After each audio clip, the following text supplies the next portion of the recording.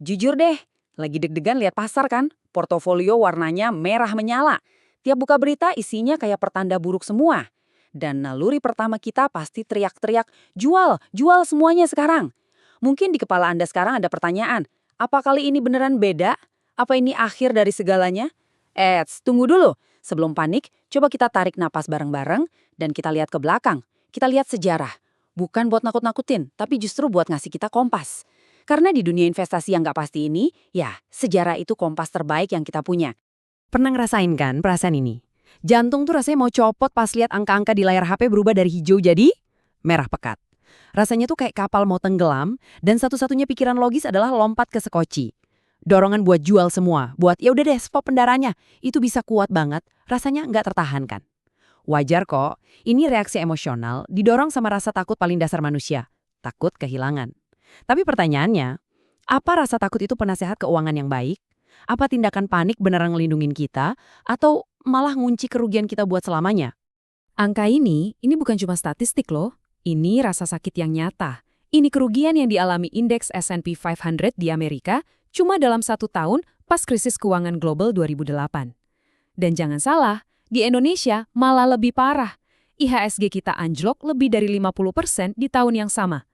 Bayangin deh, dana pensiun, tabungan pendidikan, hasil kerja keras bertahun-tahun, nilainya kepotong setengah dalam sekejap. Jadi, rasa takut yang Anda rasain sekarang itu valid, sangat valid. Sejarah udah ngebuktiin kalau kehancuran itu bisa datang cepet banget dan dalam banget.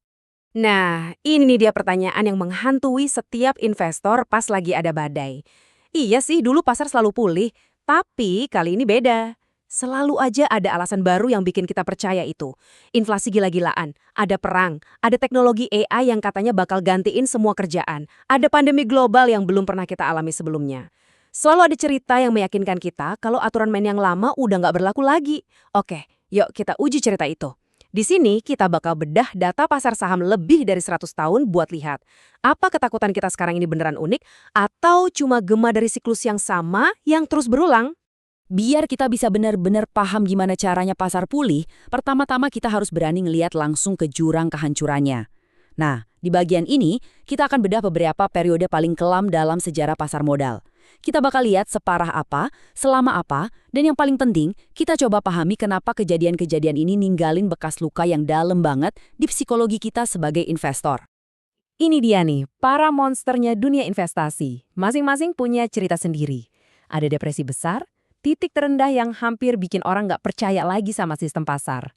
Ada dekade yang hilang di Jepang, pelajaran pahit soal stagnasi.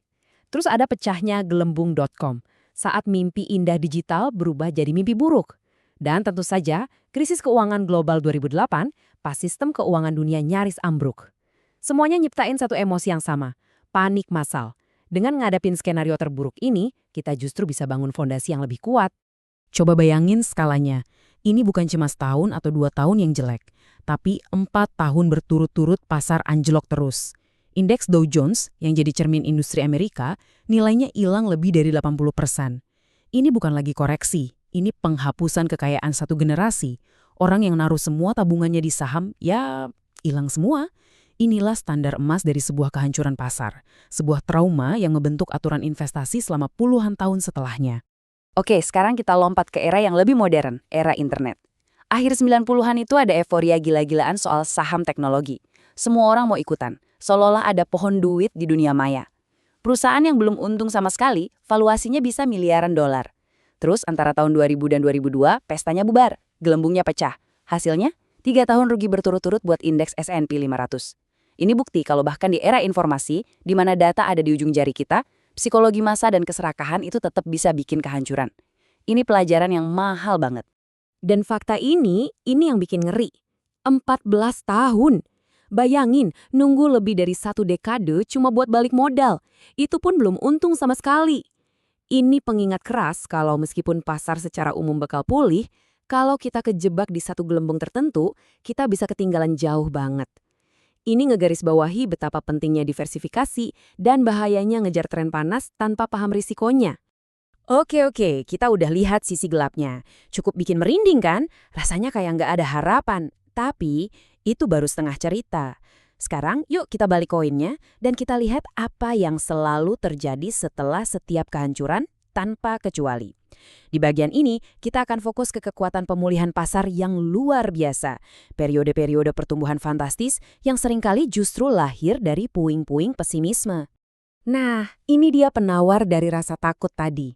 Setelah setiap musim dingin yang beku, selalu datang musim semi yang penuh pertumbuhan. Periode ini kita kenal sebagai bull market. Ada ledakan .com di tahun 90-an, ada pemulihan kuat di pertengahan 2000-an, dan yang paling fenomenal, ekspansi panjang banget setelah krisis 2008 yang lahir dari skeptisisme. Sejarah itu isinya bukan cuma jurang kehancuran, tapi juga puncak-puncak kejayaan yang jauh lebih tinggi. Periode pertumbuhan bertahun-tahun ini bukan kebetulan. Ini adalah sebuah pola. Lihat aja datanya. Pasar saham Amerika pernah naik selama 9 tahun berturut-turut. Di negara kita sendiri, IHSG pernah naik 5 tahun tanpa henti dari 2003 sampai 2007. Hasilnya, untung total lebih dari 470%. Artinya apa? Uang 100 juta rupiah yang diinvestasiin di awal bisa tumbuh jadi lebih dari 570 juta rupiah. Bahkan, setelah krisis 2008 yang mengerikan itu, pasar AS dan Indonesia sama-sama nikmatin 6 tahun pertumbuhan positif. Momentum pemulihan ini benar-benar kuat. Ini nih, fakta yang paling gila dan mungkin paling gak masuk akal. Setelah salah satu kehancuran finansial paling tajam dan menakutkan dalam sejarah modern, pasar justru ngerespons dengan periode pertumbuhan positif terpanjang yang pernah ada dalam sejarah. 11 tahun, dari Maret 2009 sampai awal 2020. Kenapa bisa gitu? Karena krisis itu direspons dengan stimulus moneter besar-besaran. Suku bunga dibikin dekat nol, sistem dibanjiri uang murah yang harus cari tempat buat tumbuh, dan tempat itu ya pasar saham. Ini seolah ngebuktiin hukum tak tertulis di pasar. Makin dalam jatuhnya, seringkali makin kuat juga naiknya. Sampai di sini, kita udah lihat cerita-cerita sejarah, yang baik dan yang buruk. Sekarang yuk kita tinggalin dulu anekdot, dan kita beralih ke data mentah yang dingin dan nggak punya emosi. Di bagian ini, kita bakal lihat probabilitasnya. Dalam setahun, seberapa sering sih pasar itu beneran naik dibanding turun? Angkanya mungkin bakal ngubah cara pandang Anda selamanya. Ini dia angka utamanya, 73%. Selama hampir 1,5 abad terakhir, indeks S&P 500, barometernya pasar saham dunia, itu menutup tahun dengan hasil positif sekitar 73% dari waktu.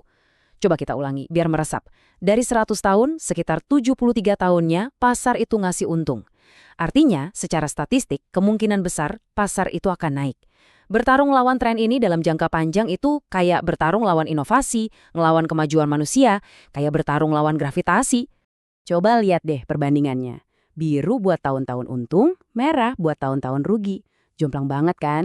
Tapi anehnya, secara psikologis, tahun-tahun merah yang cuma 27% itu rasanya jauh lebih nempel di kepala. Kenapa? Karena otak kita tuh secara alami lebih sensitif sama sakitnya rugi daripada senangnya untung. Berita buruk selalu lebih menarik perhatian. Akibatnya, persepsi kita jadi bias. Kita lebih sering ingat kehancuran daripada pertumbuhan panjang. Tapi, statistik nggak bohong, pasar lebih sering naik daripada turun. Jauh lebih sering. Biar lebih jelas lagi, coba kita bedah statistiknya buat lihat betapa langkanya periode buruk yang lama. Penurunan 3 tahun berturut-turut kayak pas gelembung.com pecah, langka banget. Sejak 1928, itu cuma terjadi 3 kali. Penurunan 4 tahun berturut-turut cuma sekali pas depresi besar yang legendaris itu. Sekarang bandingin sama periode naiknya yang bisa 9 tahun, 6 tahun, 11 tahun yang jauh lebih sering terjadi. Polanya jelas banget kan? Penurunan jangka panjang itu anomali, pertumbuhan jangka panjang itu, ya normalnya. Oke, kita udah lihat sejarahnya, kita udah lihat datanya. Sekarang pertanyaan paling penting, apa gunanya semua ini buat kita, buat Anda yang lagi cemas lihat portofolio? Di bagian terakhir ini kita bakal ngerangkum semuanya jadi sebuah pola pikir yang bisa langsung diterapin. Ini semua tentang gimana cara ngubah pengetahuan jadi senjata terkuat seorang investor. Sebuah kekuatan super yang sering diremehin, yaitu kesabaran. Jadi gini, di pasar saham itu pada dasarnya ada 2 permainan yang bisa kita mainin. Kita bisa jadi spekulan, yang coba nebak pergerakan harian, yang panik jual pas semua orang takut, yang ngecek harga tiap jam. Atau kita bisa jadi seorang investor, yang ngerti sejarah, yang fokusnya bukan tahun ini tapi 10 atau 20 tahun ke depan, yang percaya sama tren jangka panjang, dan yang lihat harga turun itu bukan akhir dunia, tapi sebagai diskon, kesempatan buat beli aset bagus dengan harga lebih murah. Pilihannya ada di tangan Anda. Jadi, gimana caranya biar kita punya pola pikir investor ini? Gampang, ada 3 pilar sederhana.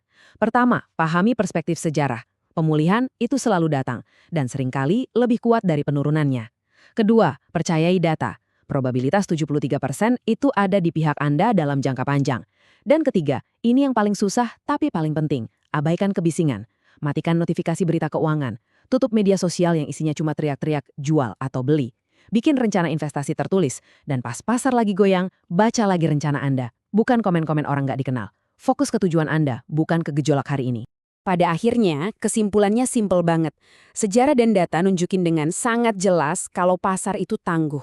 Pasar saham itu cerminan dari kemajuan manusia, dan selama kita terus berinovasi, pasar akan ngikutin.